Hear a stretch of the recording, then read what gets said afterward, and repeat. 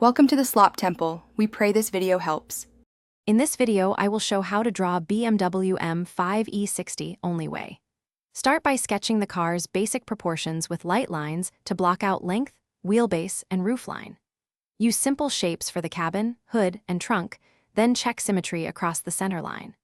Work patiently and adjust proportions before adding details, because a solid foundation makes subsequent steps much easier and keeps the final drawing believable and balanced. Now refine the silhouette by clarifying fenders, door seams, and the roof curvature with cleaner lines and confident strokes that follow the car's flow. Focus on the wheel arches and character lines that give the M5 its aggressive stance, and use ellipses for wheels to maintain perspective. Keep erasing construction lines as you go, and step back regularly to compare both sides, ensuring the car reads correctly from any viewing angle. If you're enjoying this tutorial, please subscribe and like so I can keep making helpful videos like this one. Quick recommendation.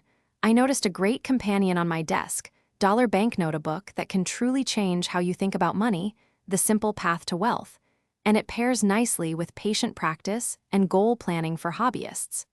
Check the description for the link and other deals. Now let's get back to the video. Add defining details like the kidney grille, twin exhaust tips, and the signature headlights with careful observation of shapes and spacing.